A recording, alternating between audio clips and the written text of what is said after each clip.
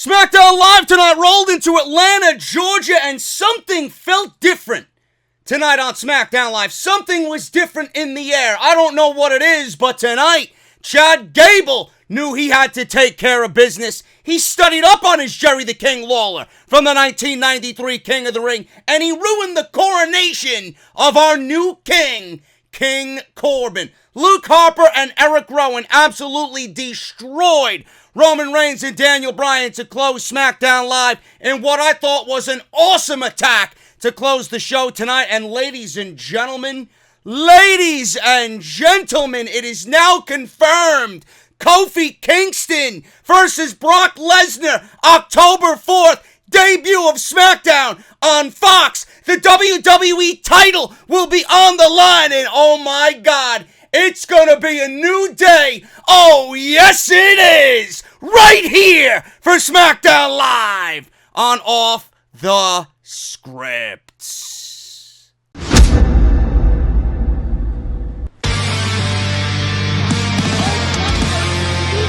Delete! This is mine.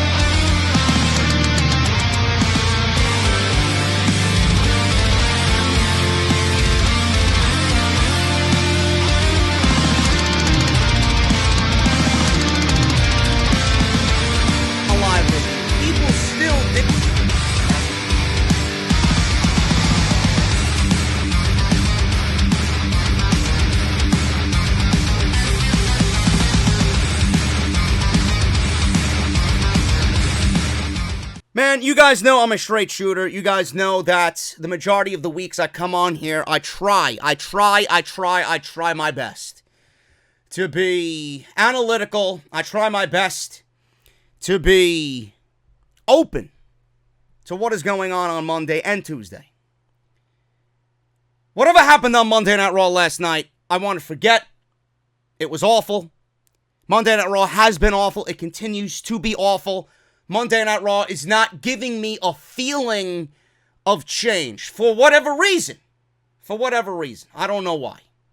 You would think that Monday Night Raw would be changing along with the change that is coming to SmackDown Live. I don't get that feeling yet. But like I said, you guys know I'm a straight shooter. You guys know when something is different and something is presented to us on these shows that I'm immediately going to bring it to your attention here on the podcast. I don't know what it was tonight, but SmackDown Live flew by. I looked at the clock on my microwave, and it was 9:30 already. It was 9:30. I'm like, where the fuck did the time go tonight? Am I enjoying this show as much as I think I am, or is WWE just producing a good show? I didn't know what was going on. Then we seen the beatdown from Erick Rowan and Luke Harper on Roman Reigns and Daniel Bryan. It was a great beatdown. Show went off the air. Corey Graves said whatever he said to go off the air. Harper and Rowan were standing like two beasts. By the way, shout out to Erick Rowan for wearing the Cannibal Corpse t-shirt. Love Cannibal Corpse. And after the show was over, I said to myself, something felt different about this show. Is this WWE finally getting serious, knowing that in 2 weeks they'll be on Fox Sports? That they'll be debuting on October 4th a brand new reset? A brand new vision of SmackDown Live? Are they finally getting serious? Because I don't know what was different tonight. There was a sense of urgency that I haven't seen in WWE in many months. Now, I don't know if that's going to continue. I certainly hope it does. But it almost feels like WWE is a lazy college student. All this college student wants to do is go out and get laid. He wants to go out and get drunk. He wants to sit in his dorm room and smoke fucking weed all day. And he's got a midterm coming up in about 2 weeks. He's going to put off studying. He's going to say, fuck the midterm. He's going to go fuck the blonde down the hallway. And then he's going to go out, meet some broad at the bar, bring her back to the hotel room. They'll smoke a few joints. They'll have a few Pabst, right? They'll get drunk. Funny business will take place. Another week will go by. Still no studying. And then he'll realize, holy shit, there's 12 hours left before I gotta sit down and take this midterm. Then he'll finally start taking things seriously, and he'll put his efforts into studying and put the weed and the alcohol and the pussy away. That's what WWE reminds me of right now. They are a lazy college student, now 2 weeks away from SmackDown Live. Now they want to get serious, when they should have been getting serious, and they should have been giving us storylines leading into all of this on Fox Sports with October 4th. Now they have an easy out. They got the draft. They got the draft on October 11th. So everything that you're seeing on TV right now is probably going to be written off. They're probably going to close chapters. They're going to wrap everything up, and everything's going to be new. This is exactly what the company needs. This is exactly what these shows need, a reset. I want to abolish everything that we've seen on Monday and Tuesday night for the entirety of 2019. It has been god-awful. Monday Night Raw continues to be awful. Monday Night Raw has not offered me any change. I at least, me personally, have not felt any change. I know the majority of you have not felt any change either. There were people last night saying that was one of the best Raws of the year. Please, give me the name and number of your drug dealer. I would love to do business with him. I don't know what you guys were watching. Raw was not great last night. Oh, everybody jumps to conclusions. Oh my God, The Fiend. We've seen Bray Wyatt 4 different times on Monday Night Raw. He attacked Kane in the main event. Him and Seth Rollins are going to be inside Hell in a Cell for the Universal Championship. We got a great King of the Ring match with Baron Corbin and Chad Gable. That does not make a good show, folks. That does not make a good show. You do realize there's 16 segments on a 3-hour Monday Night Raw. When half of those 16 segments are comprised of the 24/7 title and fucking Maria Kanellis and her gender reveal, that does not make a good show, folks. I don't know what you were smoking. I don't know what show you were watching. More than likely you were watching a show back from 1997, not 2019. Monday Night Raw has offered me no change. I have not felt anything different about Monday Night Raw.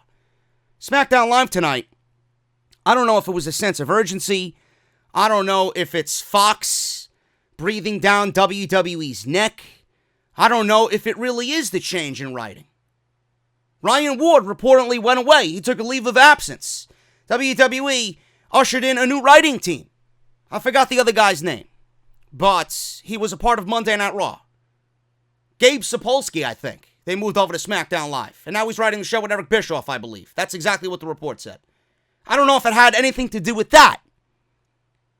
I don't know if it's just WWE, like I said with that analogy earlier on, finally starting to get with the program and give us something serious. But whatever it was, the 2 hours flew by, and I did not turn my head away from the television. I barely picked up my phone.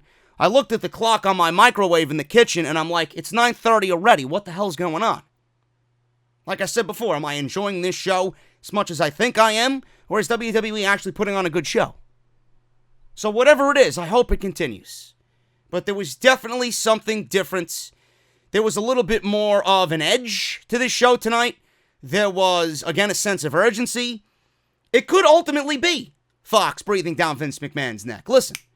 You're a sinking ship right now. You have done nothing to rectify these sinking ratings. You're not taking these piss-poor ratings onto our network and going to deliver that to us after the first couple of episodes on this new 5-year venture. I can't have that happen. Maybe it is just Fox. I don't know. Whatever the case is, tonight was a damn good show. I hope it can continue. It wasn't a great show by any means. It was a little promo heavy, but it was a show that, in 2 hours, I didn't even realize it was 2 hours by the time it was over. So there's my positivity for all those people that say I'm not positive. I know when I see something different. You guys have to wait.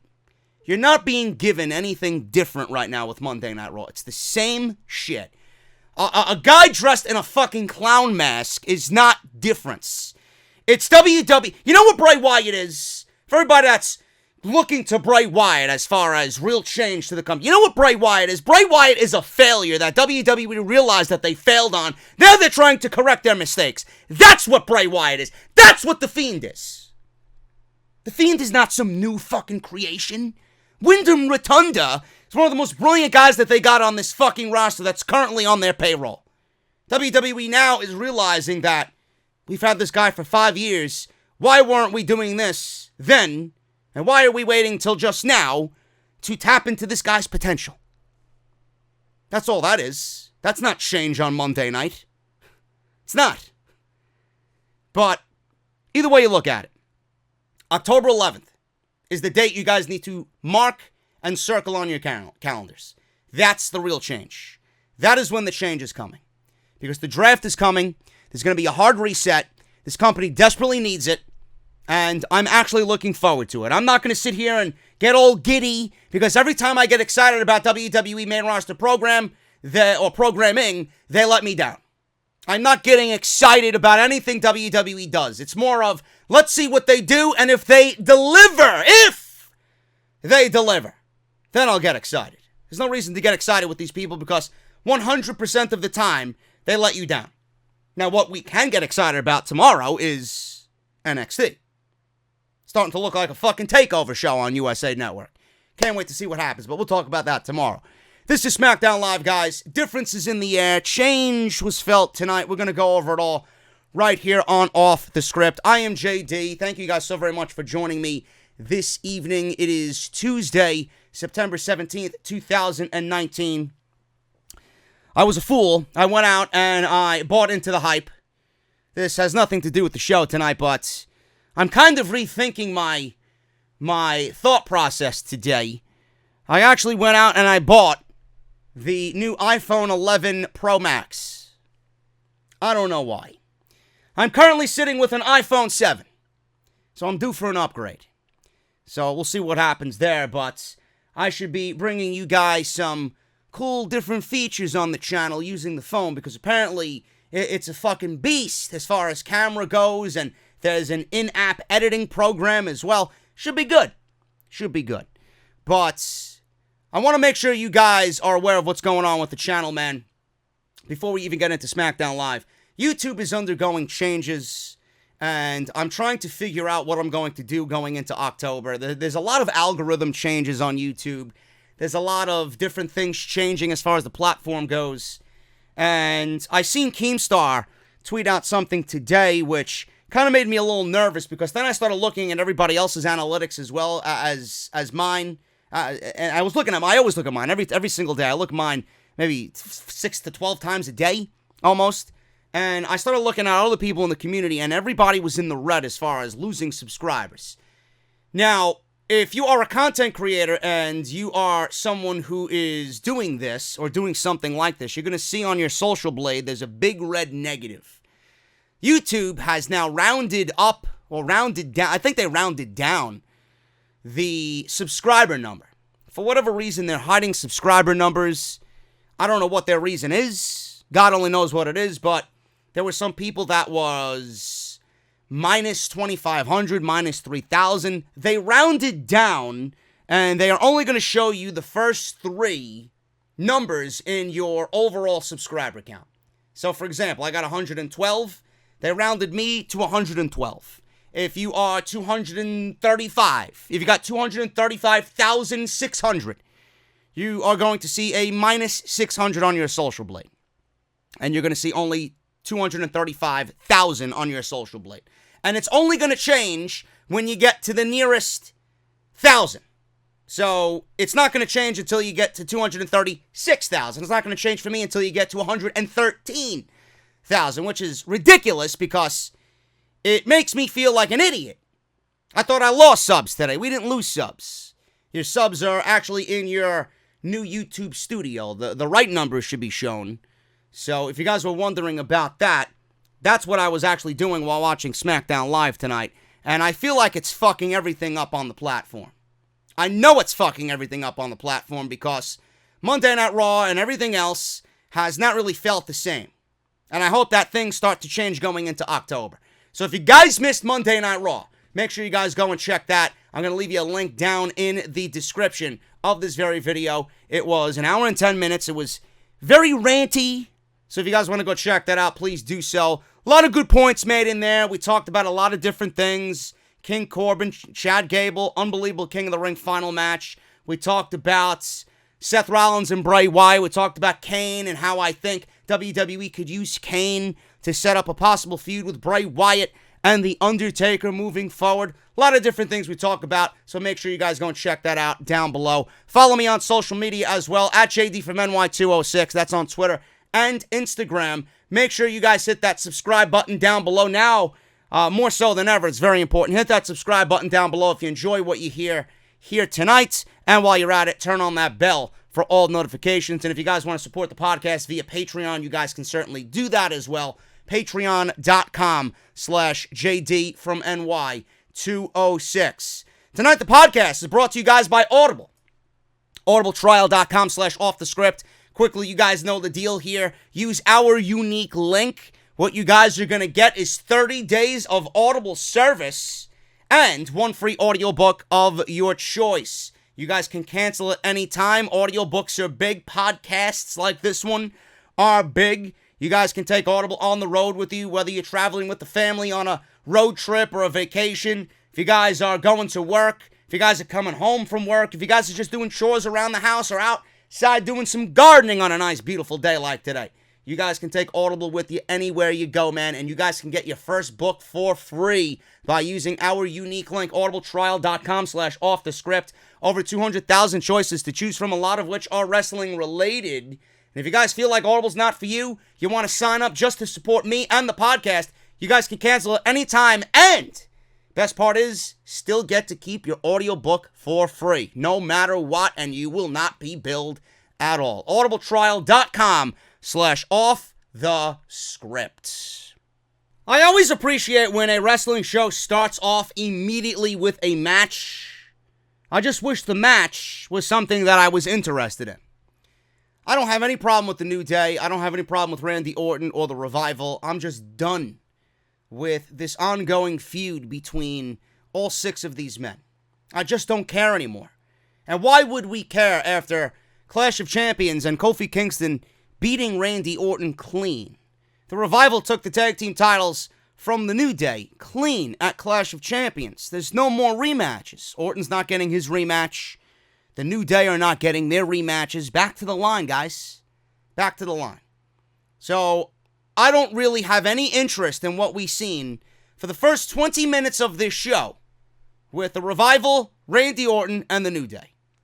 If you've seen whatever happened at Clash of Champions, then you probably knew what to expect going into this. Again, I appreciate a good match starting off, and it was a good match. There was nothing wrong with it. I just don't have any interest in anything that's going on between all 6 of these guys right now following the pay-per-view. You closed the chapter at the pay-per-view. Kofi got his revenge at the pay-per-view. The Revival got their revenge on the New Day. They are now starting fresh in the tag team division. The tag team division, hopefully, one could dream, is going to be rebuilt in their image. That's it. That's it. And nothing changed on SmackDown Live tonight. New Day wins in 20 minutes, and it was a trouble in paradise on Scott Dawson by Kofi Kingston. Whatever happened in this match was clearly overshadowed by what happened after the match. And nobody expected this to happen after this match was over. This is why I stated in the beginning that something felt different. I don't know if it was something to do with Brock Lesnar just being there, giving this show a different vibe. It was great to see Brock Lesnar on SmackDown Live, and can we just sit down and appreciate Brock Lesnar's facial hair game? How much more of a beast does he look when he's got that little stubble on his face? He looks great. He looks great. Now, Brock Lesnar came out, his music hit, everybody was like, uh-oh. I don't know if you guys are like me, but a smile came across my face, and I'm like, yep, nice knowing you, Mr. Kingston. Nice knowing you. The end is near. Paul Heyman walks out with Brock Lesnar. He walks down the aisle into the ring. This was not given any clues about it happening ahead of time. Nobody knew. It was a genuine surprise.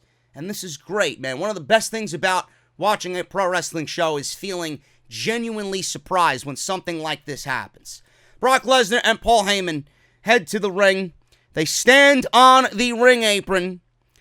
And he sat there, or stood there rather, with his arms crossed, and he's looking at Kofi Kingston. Heyman introduced himself to Kofi. Mr. Kingston! Heyman says, Lesnar stands in the way of the longevity of your title reign.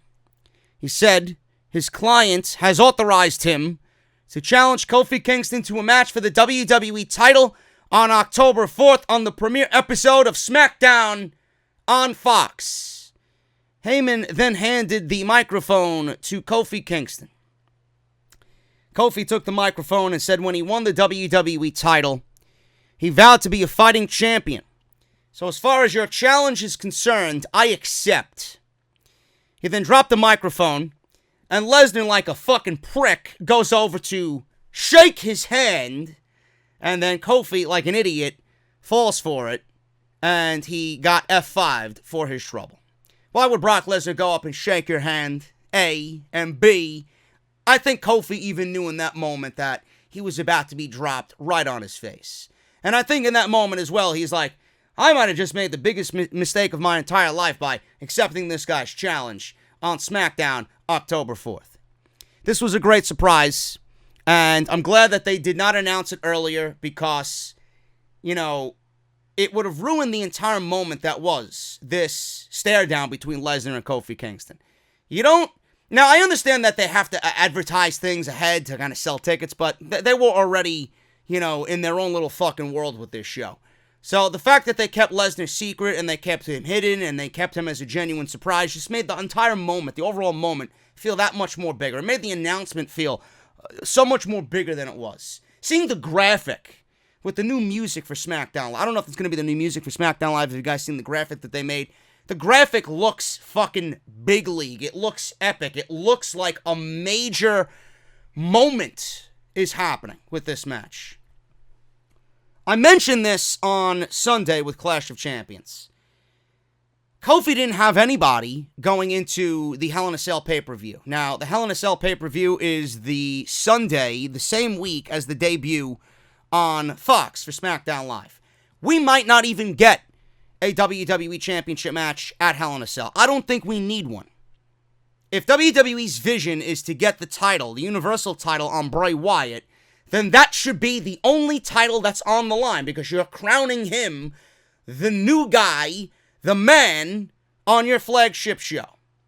So having a WWE Championship match, I feel kind of might take away from that moment. Make it about Bray. Make it about Seth. Make it about the Cell. Make it about the title.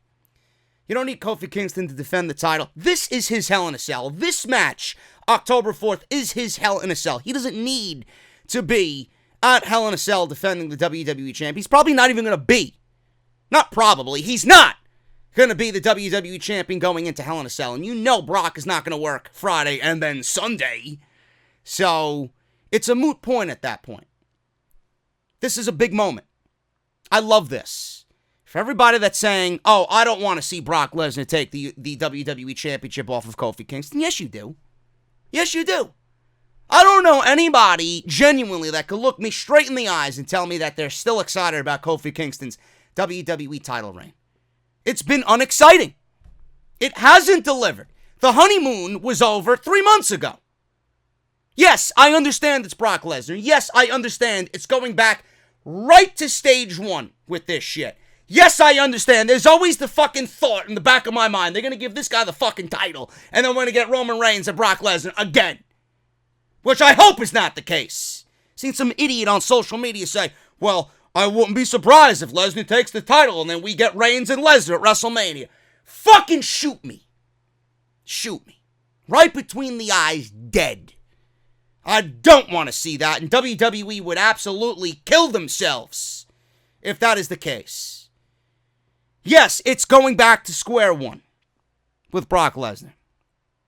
But you got to understand, folks, Fox is paying $1 billion for this piss-poor fucking product right now.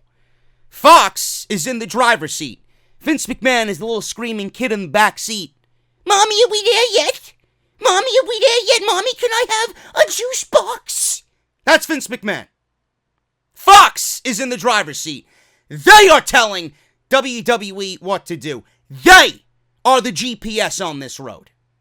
They want Brock Lesnar, they're going to get fucking Brock Lesnar. They want Brock Lesnar as WWE champion, you better believe it. Brock Lesnar is going to be the WWE champion. And Fox was in bed with UFC how many years now?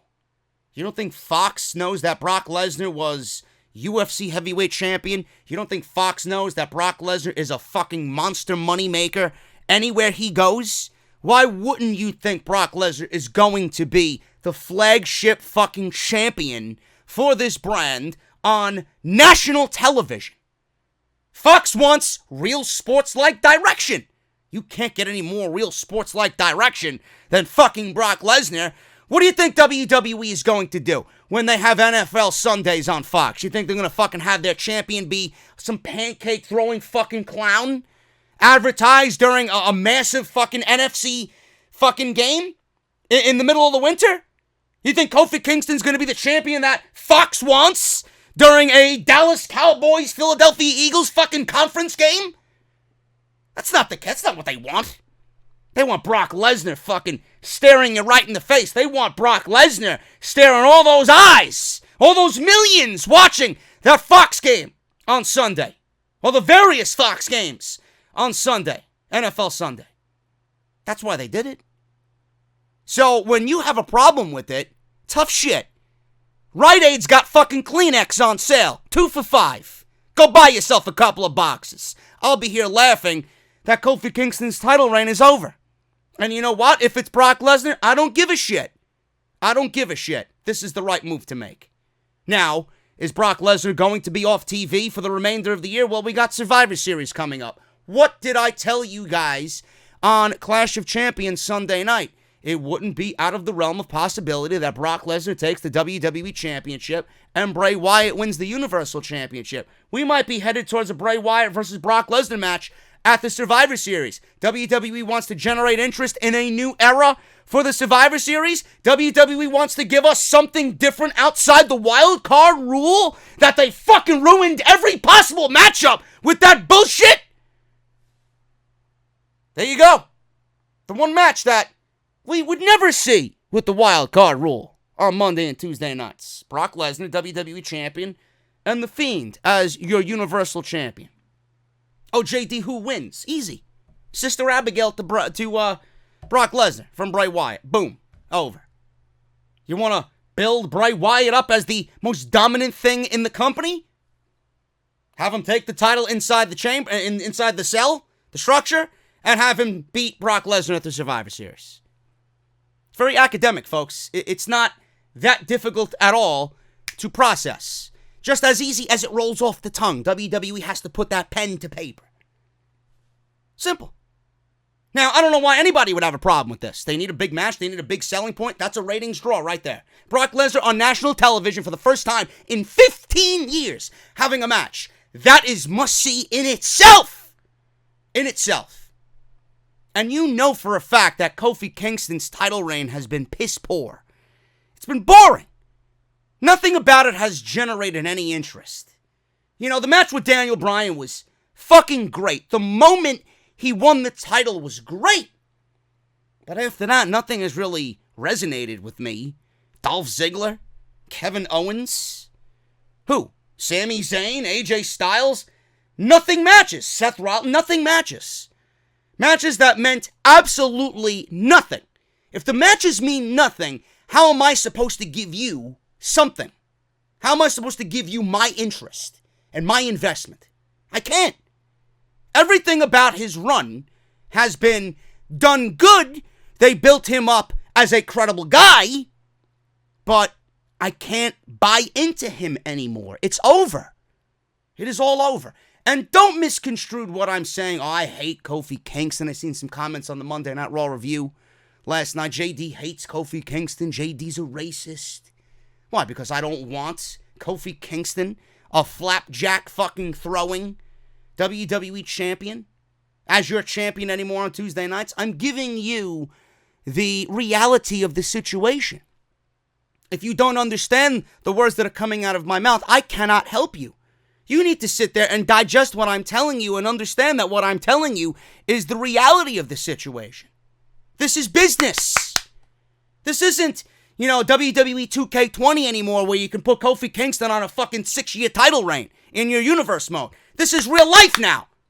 This is a $1 billion fucking TV deal that WWE's getting in bed with Fox. Fox wants, they're going to get. Simple as that. Kofi Kingston is about to be brought to the best match of his entire fucking 12-year career on October 4th. That is absolute fact.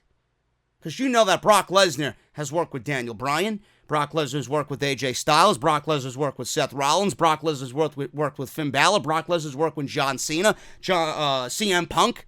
Brock Lesnar worked with CM Punk. Every one of those men that I named, when you look back at their career, the one guy that's going to be looking at them as one of their best matches ever, is going to be Brock Lesnar. The match with AJ was phenomenal. The match with Bryan was fantastic. The match with Balor for 8 minutes was great. I could have watched it for another 5 minutes. The match with Rollins, the last time we seen him at SummerSlam, was great.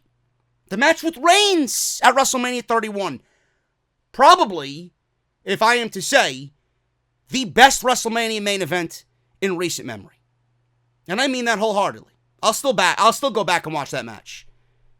Brock Lesnar is about to bring Kofi Kingston to the best match of his career on October 4th.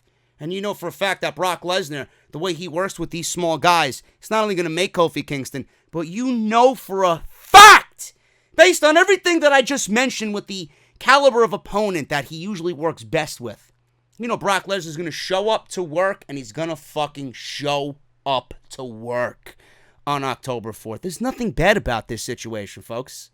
Normally, I'd be the one to shit all over this situation. I'm actually excited for this situation. You should be too. So that's going on. I'm happy for it. I thought this was great. And Brock Lesnar is going to be your WWE champion going into the Fox 2019 deal with WWE. Kayla Braxton interviewed Sasha Banks and Bayley. She asked Bayley for a response to Becky Lynch agreeing to defend her title inside Hell in a Cell. Sasha said she has been in the cell before. She told Braxton to go ask Becky if she has. The answer is no. Becky wasn't even there tonight. Good, because she's a Monday Night Raw superstar. Sasha is as well, so I don't know why she's even on this show. Braxton asked about Sasha facing Charlotte later tonight. Again, don't know why this match is happening when Sasha is a Raw superstar. Bayley took the microphone and said Sasha will answer all of those questions later in the ring. Michael Cole interviewed Erick Rowan and asked about the return of Luke Harper. You know what day it is? Luke Harper returned. Rowan says he should ask Harper about Harper. Cole asked about his disgusting and violent attacks. He said some people call this attempted manslaughter. Rowan said they were just meant to scare Roman Reigns. Cole said seriously, "You tried to kill him," he said. "I suggest you lower your tone, Mike," says Rowan. "I no longer allow anyone to speak to me like that." He said he did what he did to change the perceived dominance he thinks he has and show him it's all an illusion. If you want to take that as an answer, I guess that is a maybe. It's maybe an answer. It's a slight answer. Let me repeat that if it kind of went over your head, because just me reading my fucking notes, listening to this guy, it really don't even make any sense to me now, reading it back. He said he did what he did to change the perceived dominance he thinks Roman has to show him it's all an illusion. I still want to know why. There's still a why that needs to be answered there. Why? Roman has been dominant. No, he hasn't. What has Roman done that has showed everybody that he's dominant? Roman has been mid-card for most of 2019, where he should be. What perceived dominance? Why do you want to show him it's an illusion? Is it jealousy? Is it something that you think you deserve? You deserve Roman's spot? Right? I don't know what it is, but there's still more whys to be answered here. He then goes on and says, for too long he's been overlooked and underappreciated, and disrespected. This is a weak answer. Everybody I guarantee if you look at the WWE locker room, everybody will give you that same exact answer with the same fucking words. They'd use the same words. Overlooked, underappreciated, disrespected.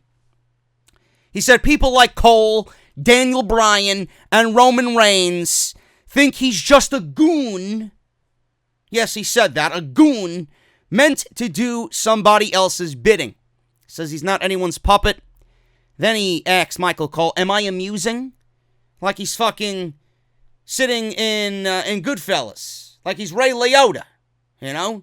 And he's looking at Joe Pesci. Do I amuse you? Do I look like a fucking clown? That's what I thought of when I was listening to this. Am I amusing? No, you're not amusing. You know what is amusing, though? The people thought Monday Night Raw was a good show last night. Do I make you smile?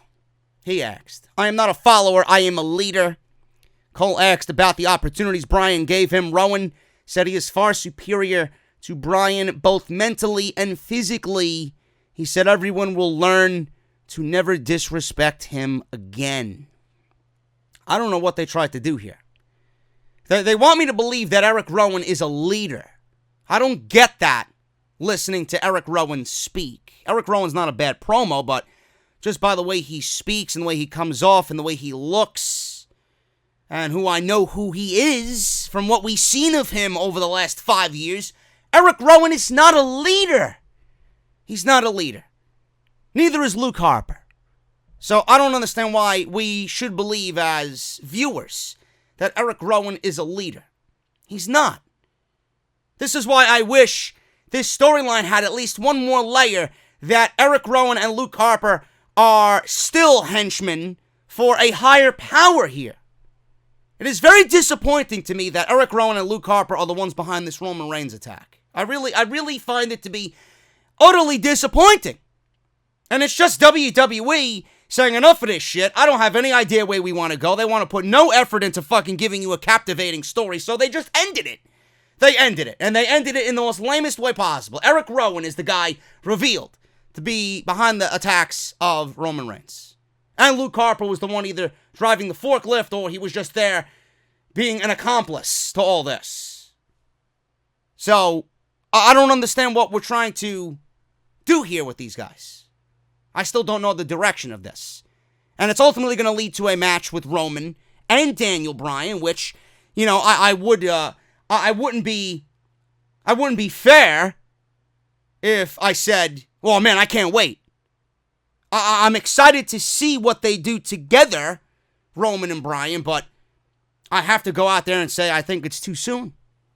I think it's too soon. As of this promo, it's too soon. So we'll see what happens. Ali came to the ring. Ali, good to see him on SmackDown Live. He was actually in the news, and it was reported that Eric Bischoff is a big fan of Mustafa Ali. So hopefully that gets him to where he needs to be. Sami Zayn came out in the neck brace as usual. He introduced Shinsuke Nakamura as your Intercontinental Champion.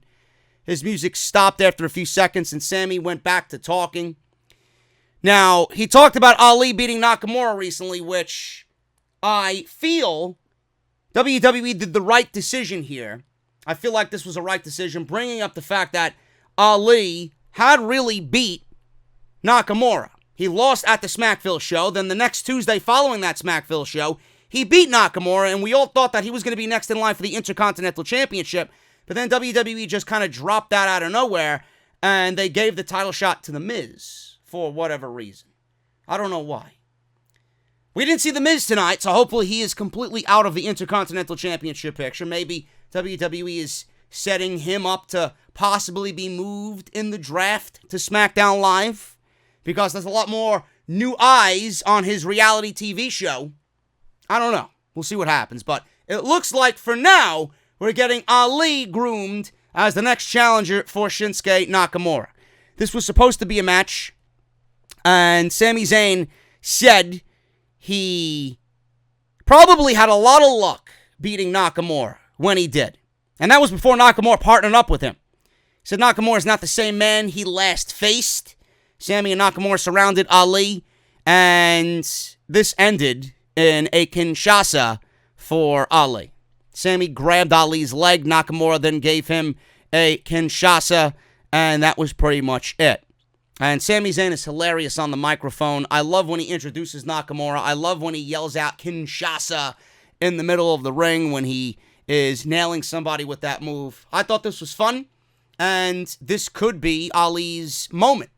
Ali could be looking at Nakamura at Hell in a Cell for the Intercontinental Championship, and I would not really sit here and praise this because it just came about after WWE dropped it, but I'm praising it because I think Ali deserves a run with the Intercontinental Championship. I think that title on him would be the same way I described it when I was describing Finn Balor as the Intercontinental Championship. Now, they didn't do anything with Balor as the IC Champion. They wasted that title on him, but I feel like the title is a workhorse championship, and I feel like Ali is the very definition of that.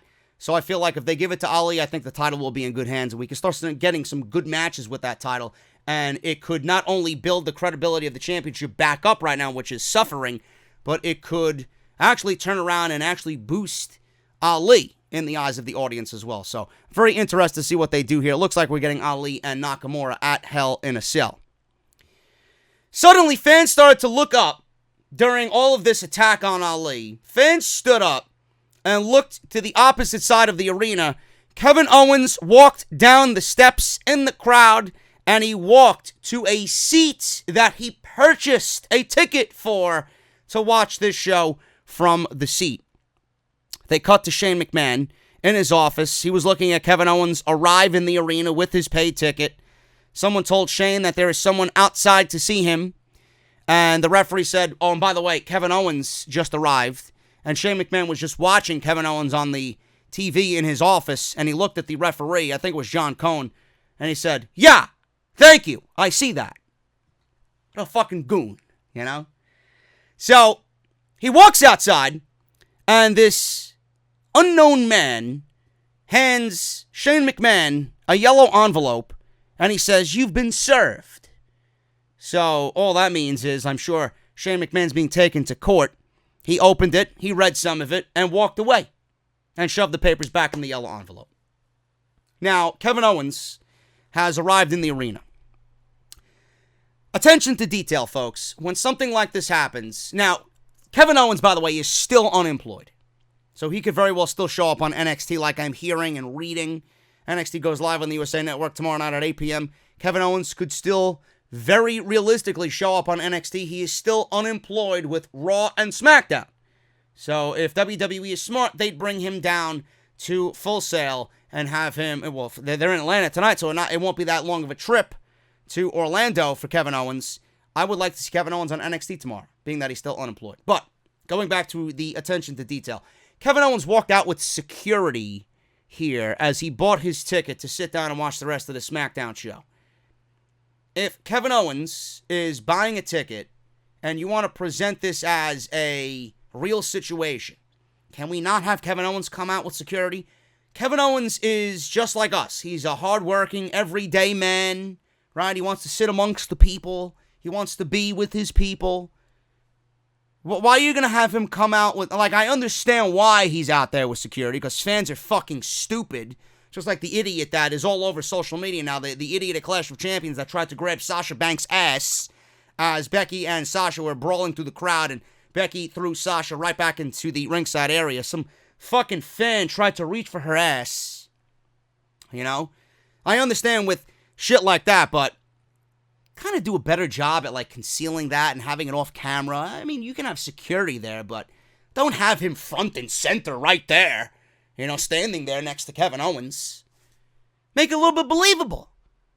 Give me the visual of Kevin Owens sitting there live with his people, watching this show as a fan because he was fired.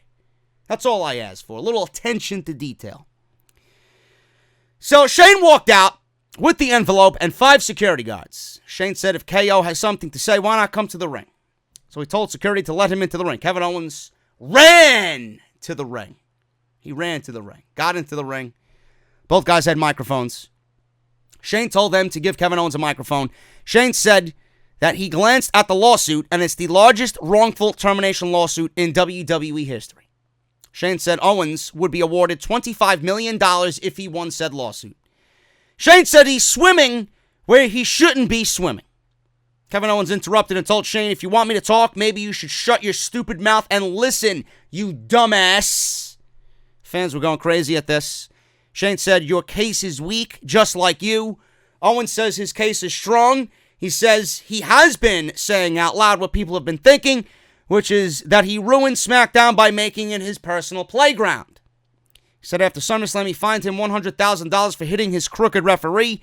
Yet last week, when he was the referee for his match against Chad Gable, he attacked him from behind because he couldn't get the job done. You laid your hands on an official that you appointed, which is exactly what you fined me for. He said, Kevin Owens said he fired him because he was insubordinate, but that's his case because he wasn't insubordinate. He said he did what Shane wanted him to do. He tried to help him beat Gable. I tried to help you win, said Kevin Owens, but it wasn't enough because you tapped out. You tapped out, you, says Kevin Owens. So Kevin Owens said that because of that, he tried to take away his life's work and his family's future. Well, Shane, that doesn't work for me. He said he tried to reason with him, fight him, and work with him, and now he just wants to hurt him. So the best way to do that is to hit him where it hurts the most, his wallet and his pride. He told Shane that this is more about money. He said he has a case, and he can see in Shane's face that he has a legit case.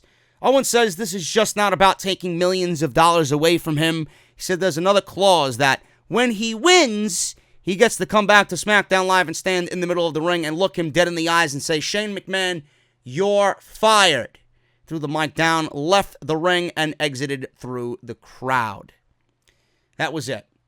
How many times can Shane McMahon, or how many times can we see Shane McMahon on television before we say enough is enough with this shit? It's the same shit, rinse and repeat. How many times can we see Kevin Owens be fired in WWE? I feel like he's been fired more than a handful of times within the last year and a half, 2 years. It's always the same thing with Kevin Owens. He gets fired, or he's in a storyline where he could potentially get fired or removed from the main roster. It's like WWE is telling him something, without really saying it. Do they even appreciate Kevin Owens? Do they even want Kevin Owens there? They're always teasing some firing storyline with him. I am not interested in this anymore. You had my attention when Kevin Owens was a badass. Now WWE is trying to revert back and give this guy some sympathy and slowly but surely trying to bring out that badass nature in Kevin Owens when he had it already when he originally spoke about what was wrong with SmackDown Live, and then WWE shit all over him. Gave him the fine, kept him off TV. He comes back to TV. He's begging Shane McMahon to take the fine away. They made him look weak. Then they fired him. His best move was to go back down to NXT and be a face of that brand on Wednesday night in the Wednesday Night War against All Elite Wrestling. But now here we are, we're talking about yet another match with these two over the same fucking shit. Shane McMahon is either going to be off TV or Kevin Owens is going to remain fired. So if Owens wins, Shane's fired. If Shane wins, Owens remains fired. It's the same shit. I have no interest in this. And God only knows what WWE is going to do. They'll probably end up locking these guys inside Hell in a Cell, which we've seen already. We've seen these guys already over and over and over again. How many more times can you do this before we say enough is enough? And if that's the case, the outcome, I assume, is going to be very predictable. I don't care. Not saying predictable is bad in this case, because if it leads to Shane McMahon being off television, great. But I don't have any interest in it anymore after you already made Kevin Owens look weak. I don't care. So that was that. We've seen another AOP vignette. Same thing from Monday Night Raw. We went into a Charlotte versus Sasha Banks match that I really didn't have any interest in seeing because, again, how many times have we seen this? I mean, I don't care that these two women are in the ring. Wasn't bad, but there's no emotional investment there. Offset, a multi-platinum hip-hop recording artist from Atlanta, no idea who he is, stood in the ring, wore a Ric Flair robe. He introduced Charlotte. Charlotte won via DQ here in 14 minutes. Not a bad match. We got 20 minutes in the opening match. We got a 14-minute ladies match here. So this was all over the place. Figure 8 by Charlotte Flair on Sasha. Sasha was about to tap out. Now, I kind of figured that Sasha wasn't going to lose, and I'm glad that WWE, it's coming. I just have a feeling, they've teased it a few times now. Sasha's going to lose. One of these weeks, she's going to lose on television, and then that's it. It's all over. But this woman cannot lose going into Hell in a Cell. Hopefully WWE can maintain that consistency for the next 2 weeks. WWE had Charlotte here with Bayley. Bayley got involved in this thing. Bayley and Sasha obviously were looking to take advantage here on Charlotte with the 2-on-1. Bayley grabbed Charlotte's leg, giving Sasha a chance to take advantage during the end of this thing. Charlotte applied the figure 4, and that's when Bayley jumped in to cause the DQ, and that was pretty much it. Now, Charlotte leapt off the top rope with a moonsault. She took Bayley and Sasha out with her, so that's what prompted Bayley to get in the ring and kind of cause this fuck finish here. I gotta call him out for this because, listen, I don't have a problem with him. I mean, he's too PG for my liking. These are fucking cretins in the community that would not say anything negative about the show because of who they work for or because the clout that they're chasing. I gotta call him out for bullshit. Nick Houseman is a fucking goon. He's on my Twitter wall. And he tweets out after the moonsault, Charlotte, how many times have I told you the same thing? Charlotte has one of the worst moonsaults of all time. Her moonsault is awful. It didn't even fully connect tonight. And everybody's going crazy. Oh my God, what a moonsault by Charlotte. She barely grazed Bayley and Sasha Banks.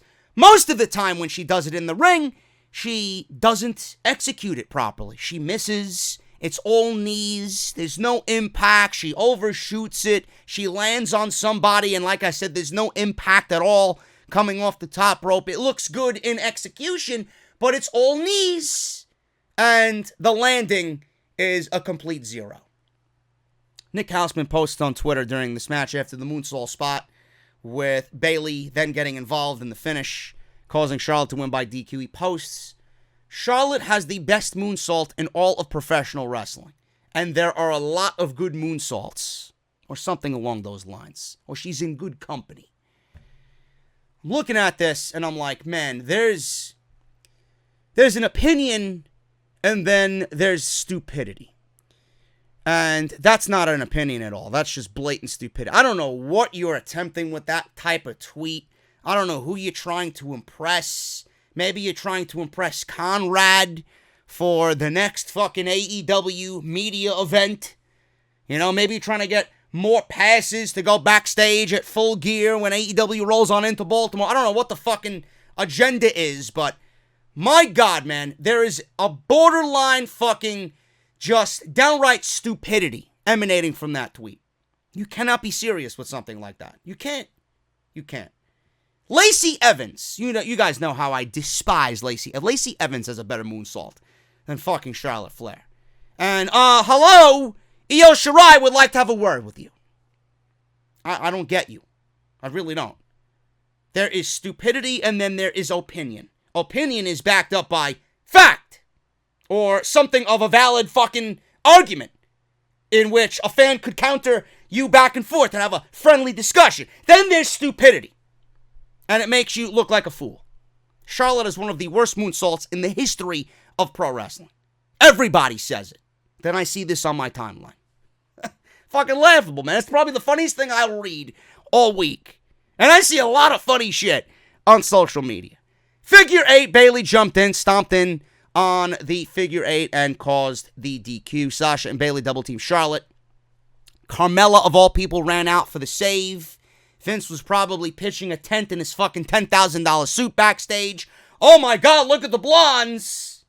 Another blonde. Let's pair Charlotte with yet another dumb bimbo.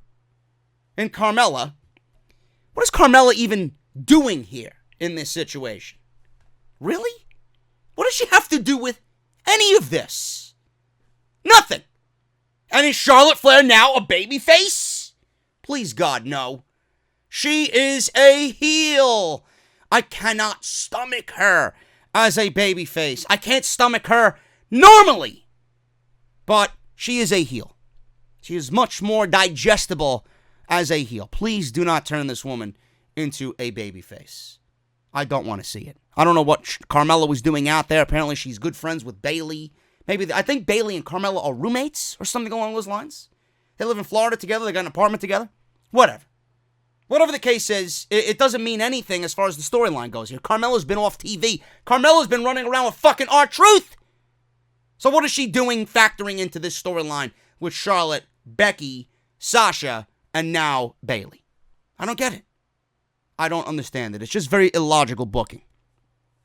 Baron Corbin began his coronation. He looked good. Baron Corbin looked good. He put on the crown. He put on the cape. Or the robe, I should say. Cape, robe, whatever. He got handed the scepter. He was standing in front of his throne. King Corbin is here to address his minions, folks. He then goes on and says, I am a ruler who exemplifies everything it means to be king. He said he is dominant and strong, but also generous and fair. He said he won the tournament with honor, and for that he should be shown respect and adoration that he deserves. Gotta agree with him there. He won the tournament with honor. He did. He won it all on his own, folks, and he looked damn good doing it. Not to say I'm now a big Baron Corbin fucking fan. I just respect when those are in need of respect. It's very simple, folks. It's the way the world works.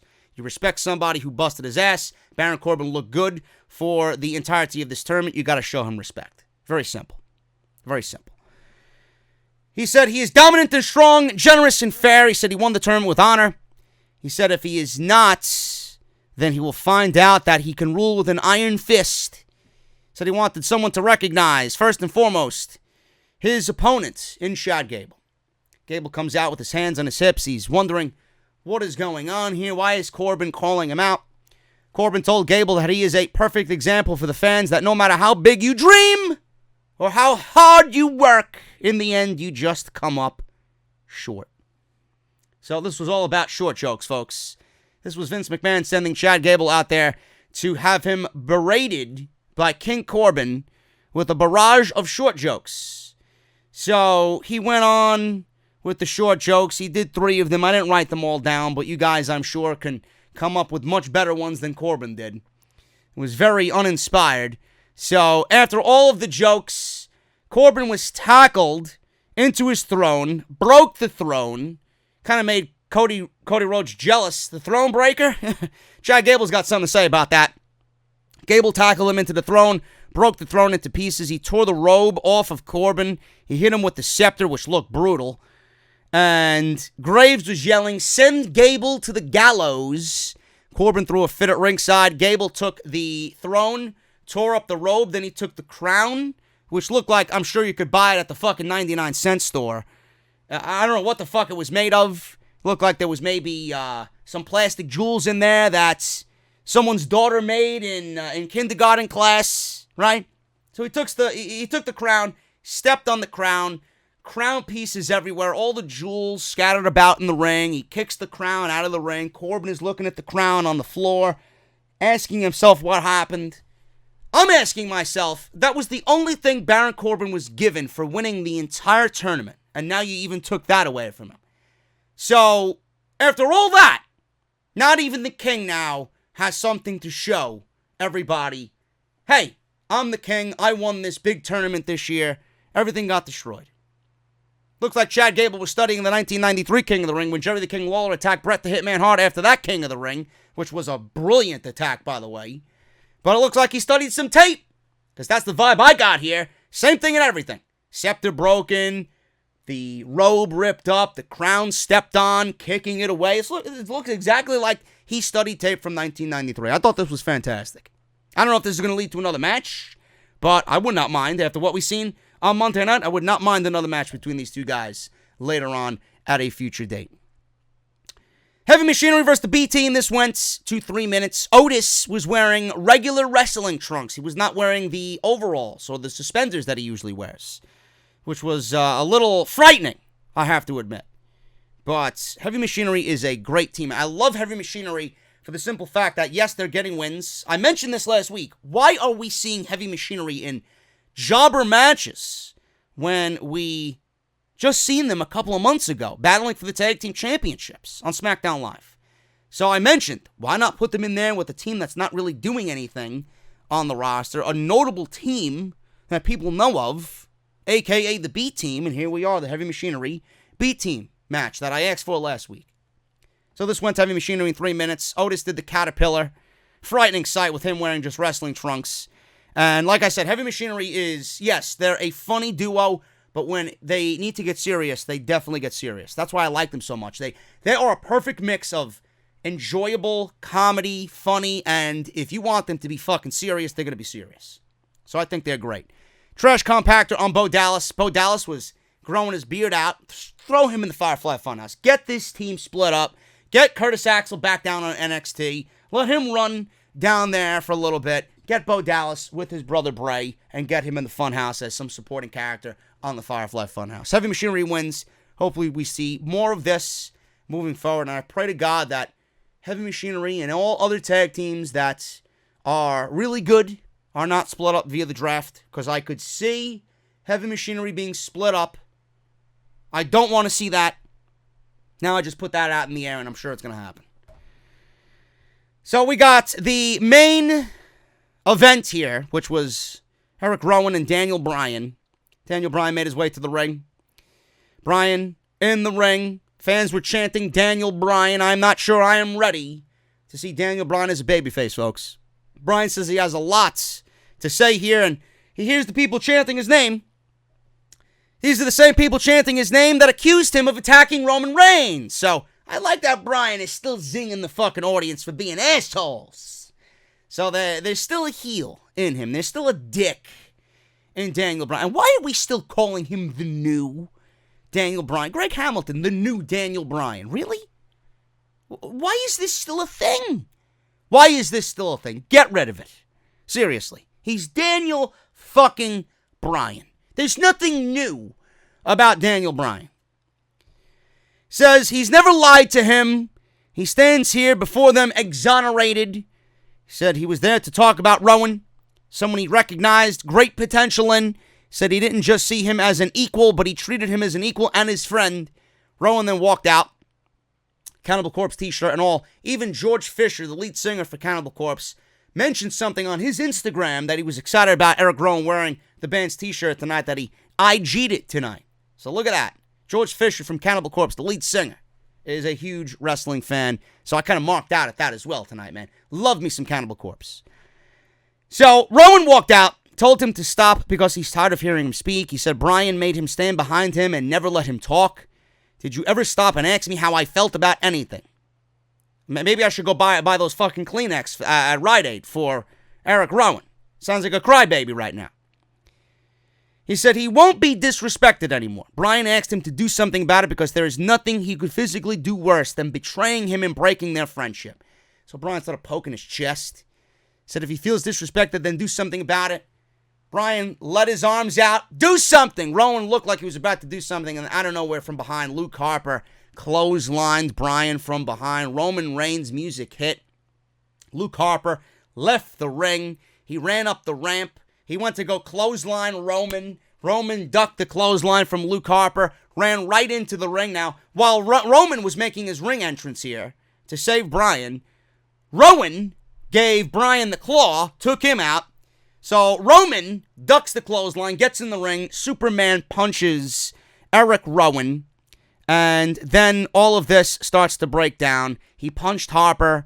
He gave Rowan a drive-by. Harper and Reigns then get into it. And we got Rowan and Harper double-teaming both Reigns.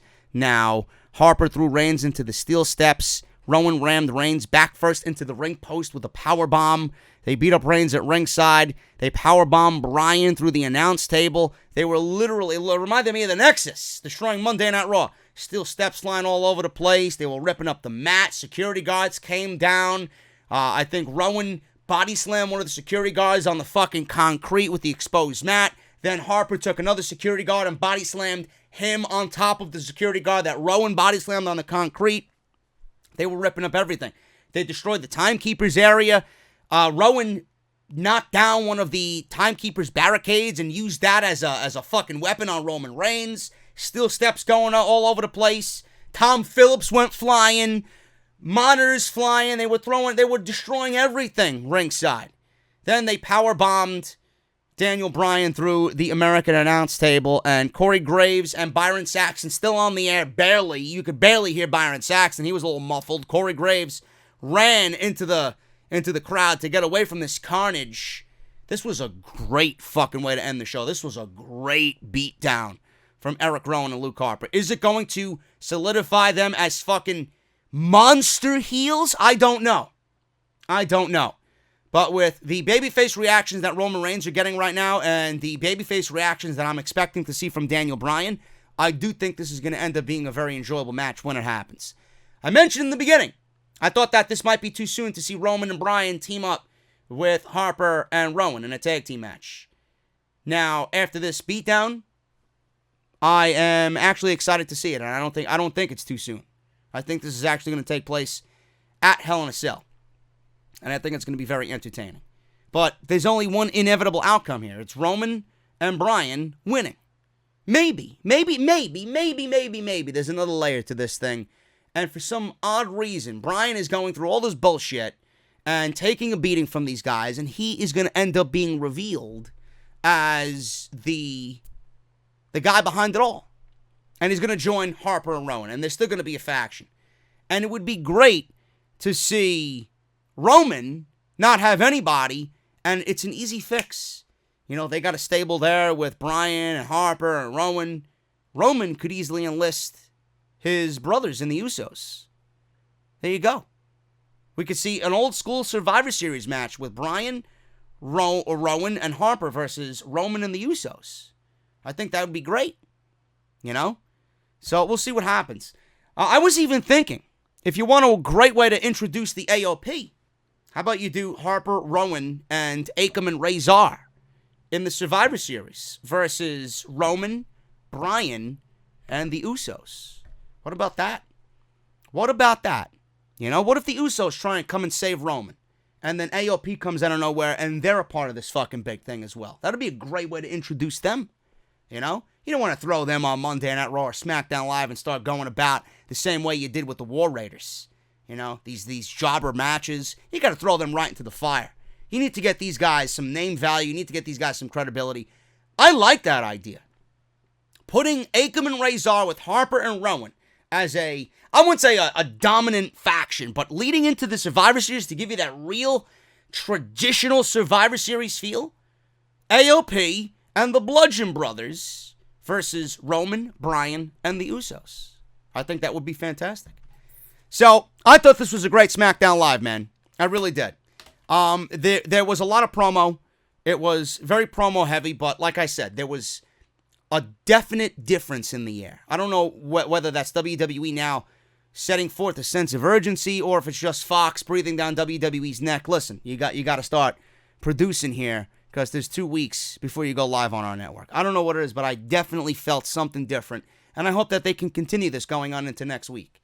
So we'll see what happens, man. Thank you guys so very much for watching me tonight on the SmackDown podcast. If you guys enjoyed this, let me know what you think down below. And I will be back tomorrow, man, with 2 hours, man. I'm excited. 2 hours of NXT on the USA Network. Hopefully you guys join me. You got to start watching NXT, man. They're on USA. There's no reason for you guys not to watch and not to tune in to the Off the Script NXT podcast tomorrow night. Now, every single week at 2 hours, I'll be here covering every ounce of NXT like I usually do every single week, but we're going to dive into more of it every single week. Now they're expanding to 2 hours, man. So make sure you guys hit that thumbs up, hit that subscribe button down below, turn on that bell for all notifications, audibletrial.com/offthescript. Make sure you guys go check out the Clash of Champions review and the Monday Night Raw podcast. Everything you need will be linked down below in the description. Follow me on social media at JD from NY206. That's on Twitter and Instagram. And if you guys want to support the podcast on Patreon, you guys know the deal, patreon.com/JD from NY206. I'm getting out of here, guys. I will see you all tomorrow night for the debut of NXT on USA Network. See you guys then.